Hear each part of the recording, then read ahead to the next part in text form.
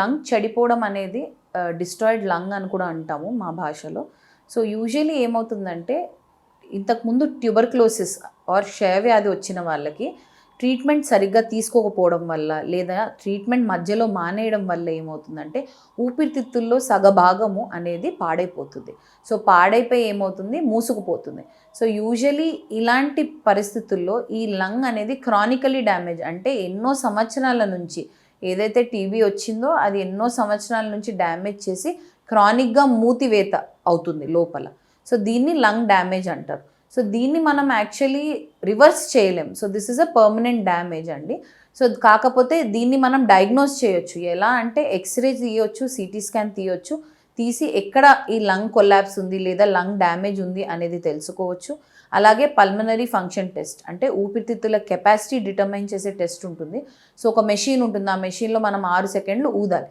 ఊదితే ఊపిరితిత్తుల కెపాసిటీ ఎంత ఉంది అనేది చెప్తుంది. సో ఈ లంగ్ డ్యామేజ్ వల్ల ఈ ఊపిరితిత్తుల కెపాసిటీ ఎంత తగ్గిపోయింది అనేది మనకు ఒక ఐడియా ఉంటుంది.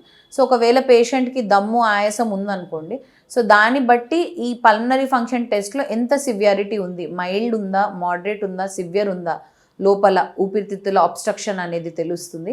దాన్ని బట్టి మనం ట్రీట్మెంట్ ఇవ్వచ్చు. కానీ ఏదైతే ఈ లంగ్ మూతివేత ఉందో అది మనం కొలాప్స్డ్ ఆర్ డిస్ట్రాయిడ్ లంగ్ ఉందో దాన్ని మనం చేంజ్ చేయలేం. అయితే ఊపిరితిత్తుల ఎక్సర్సైజ్ అంటే పల్మనరీ రీహాబిలిటేషన్ ఎక్సర్సైజెస్, సో ఊపిరితిత్తులు కెపాసిటీ పెంచే ఎక్సర్సైజెస్ కానీ లేదా ఇన్సెంటివ్ స్పైరోమెట్రీ అంటాము. సో 3 బాల్స్ ఉంటాయి, ఆ బాల్స్ని మనం ఊదాలి, దాంతో బాల్స్ లేస్తాయి పైకి. సో ఇది ఎక్సర్సైజ్ ఇన్స్పిరేషన్, అంటే బయటికి గాలి ఊదాలి, లోపలికి గాలి పీల్చుకోవాలి. సో ఇన్స్పిరేషన్ అండ్ ఎక్స్పిరేషన్లో ఈ ఎక్సర్సైజెస్ అలాగే మిగతా పల్మనరీ రీహాబ్ ఎక్సర్సైజెస్ కనుక చేస్తే దాంతో మెల్లమెల్లగా కెపాసిటీ, లంగ్ కెపాసిటీ అనేది పెంచుకోవచ్చు. కానీ ఏదైతే లంగ్ డ్యామేజ్ ఉందో విచ్ ఇస్ పర్మనెంట్, అది మనము చేంజ్ చేయలేము.